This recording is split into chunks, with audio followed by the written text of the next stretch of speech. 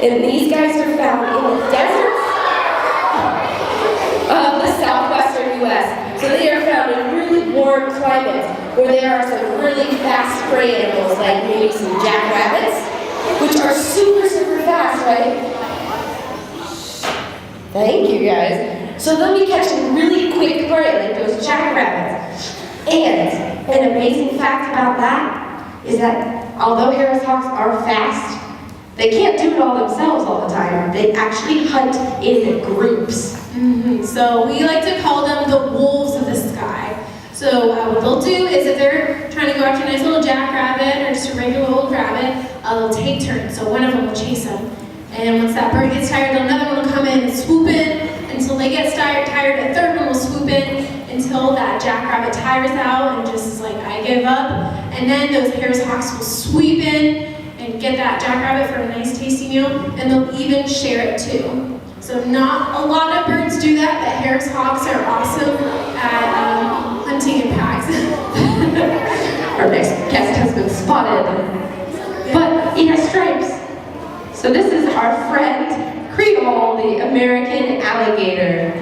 Now, do you guys think he's full grown? That's right, he's only about a year old. So he's just a little baby. He is, so he's going to get grow up to be a lot bigger than this size. He will get up to about 12 feet long. I know, it's pretty big. So he still has a way to go. On average, alligators will grow about 1 foot a year. So I am, how old? I am 23, thank you. I am 23, so if we were like alligators, I would be 23 feet tall. That'd be really tall women. May not be able to fit in this room. But alligators, they're great at hunting and growing too, but they have great defense too. So they have what we call camouflage on their bodies. So it helps them to hide out there in the wild. So baby alligators have those nice stripes on their bodies because they spend a lot of time in the shallower parts of the water, out in swamps, to help them blend in there. But as they get older, those white stripes might help them stick out like a sore thumb, like a sore thumb, rather. So when they're in the deep, dark depths of the swamp. So they'll lose those white parts and just be all black or all darker colors to help them blend in with those dark depths. So it's really helpful. And these guys are what we call ambush predators. So they are extremely patient. You know, when it comes to me and my food, I don't want to wait. If I'm hungry, I want my food now. But alligators, they have a lot more patience than I do. If they see something that looks really tasty, they'll sit and wait until the moment is right, and they'll strike. So that's what we call an ambush predator. They wait until the perfect moment to go after what they like to eat. So once he's fully grown, he could go after something as big as a fully grown deer. Yeah, that's pretty darn impressive. These guys are amazing hunters. So they are not to be messed with out there in the wild, I would say. But they also have a lot of other great adaptations on their bodies too. They have eyes and those nose holes, the nostrils, on top of their heads. And it allows them to hide their bodies underneath the water, but still be able to see and breathe as well. So it's a multi-purpose. We don't have to go all the way to southern U.S. in the swamps to meet fun friends with stripes. You guys already know that this is a skunk, right? I'm sure everyone knows. It's got black and white hair. It's a skunk. And that's right, you would find Fabreeze, ha ha ha, we're funny with naming him. You would find Fabreeze the skunk right here in your backyard in Ohio. But don't worry, I see some of you guys kind of holding your nose. Fabreeze here is not going to spray you. He's really, really comfortable with people, and you guys are being such a good audience, so he might just be best friends with you guys now. But we don't want to go up to any old skunk, do we? No, definitely not. They are forced to be reckoned with. That spray alone is enough to make me want to stay away from any wild skunk. It is extremely smelly, it's very potent, and it stings on contact too. So if it gets in your eyes, you'll be feeling it for a while. You might need to wash your eyes out. But it's really helpful because if there's a predator coming after them, if it gets in their eyes, they won't be able to see anything. They'll be consumed with that pain, so they'll just completely forget about that skunk and want to hightail it out of there. But if that spray, if the smell and the stinging isn't enough, you can smell smell that spray, that oily stuff they shoot out of their bodies. You can smell that from a mile away. That's really far, huh? Oh, yeah. It is super far.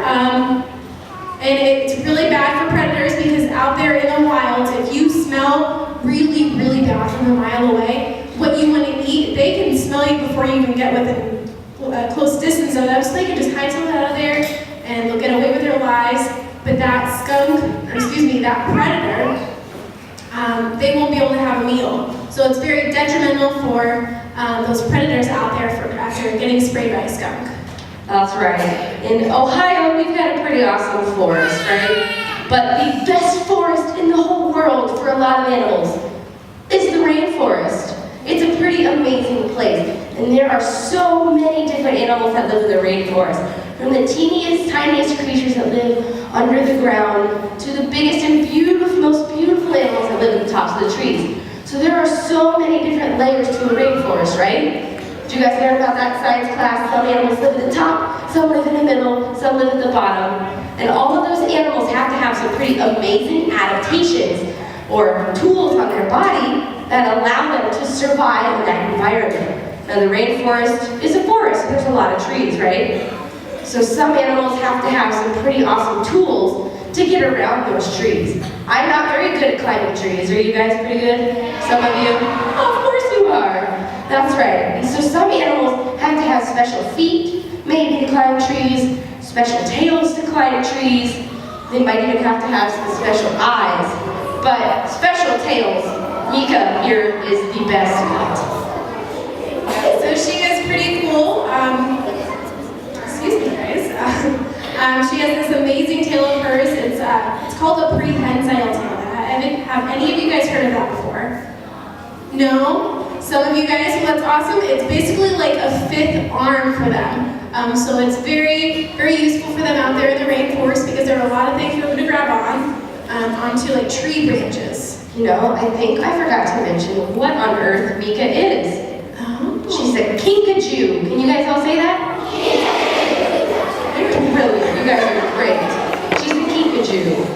Yeah, we have a lot of strange animals for you guys here. So you guys are doing great. But that prehensile tail is extremely helpful for them out there in the wild, like I was saying. Because they can hang by it. She is a star at that. So just imagine you're a Kinkajou, you're up in the rainforest, and you see the most big and beautiful piece of fruit, and all you want to do is reach it, but it is this close out of reach of your hand, and it's hanging just below there. You're going to do that. You are going to just grab on with your tail and get a couple extra inches of reach, and you're going to get that big and beautiful fruit as a nice, tasty snack. Definitely worth it. Now, these guys have quite the sweet tooth, I would say. They love everything sweet, but they don't eat candy. No, they don't. These guys? Oh, go ahead, Amy. Go for it. So these guys have a wonderful nickname that talks about their sweet tooth a little bit. They are called honey bears. Aww. And that is because, you guessed it, they eat honey. Now, you guys know that bees make honey, right? And they make honey in their hives. And a beehive is no place for anybody to try to get into. But Mica, she has no fear. Not at all. These guys, they have a really thick coat of fur to help protect them from those bees. So it comes in handy, I'd say. They're also great at pollinating. Just like someone else. Just like somebody else. That's right, you guys. I didn't even know he was behind me. You guys help me out. This here is Iago, the Scarlet Macaw. He's beautiful, isn't he? Yeah. So just like I was saying that some big, beautiful animals live at the tops of the trees, that's right where you would find Iago, the Scarlet Macaw, in the rainforest. Up in the very tip top of the trees, hanging out with a bunch of his best friends. These guys live in huge groups. So it's essentially a rainbow at the top of the rainforest. And Amy was saying that Mica and Iago are great pollinators. He might show us before he does his behavior a little bit later because he is great at pooping. Yeah! I know. But these guys love to eat seeds and And so when they poop, those seeds in their poop land in the ground and a tree may grow. But he's also good at other things too, as you say, like flying. Just like that. He's making new friends. When he flies over, he is making new friends. When he flies over you guys, watch his tail feathers, because they do something pretty spectacular mid-flight. Right now, they're straight as a board, right? Behind him, dangling down. But when he flies, they do something pretty spectacular. Just like we have a parking brake and a steering wheel on a car, he's got that built right into him on the end of his body. He's gonna think he's gotta get a good sight. He's thinking about it. Do you see that tail? Do you guys see how he fans out his tail feathers? That's right, so like I said, he uses that like a steering wheel, or like brakes on a car. So he can take those big tail feathers and catch a big draft of wind and say, whoa, and it'll stop, just like that. He also has amazing feet. Now that's kind of a weird thing to say about a bird, right? But they have 2 toes in front and 2 toes in back. So that comes in handy, because if they're up in the treetops, sometimes their food is just out of reach. Pretty awesome. But they don't have tails like the Kinkajou has to get to that food. So they need to use those feet to grab onto those vines and pull them towards their bodies, so they can get to that yummy food. So it comes in handy to grab onto vines and even to balance on the branches as well. They are very, very smart and resourceful birds. So sometimes we've seen one of Iago here, actually. If he has a paper towel braid as a toy in his house, and something's at the bottom of it that he wants to chew on, he'll actually take his feet and almost pull it like hands, like a rope. They are pretty awesome. That beak is another awesome adaptation that he has, because it can actually chew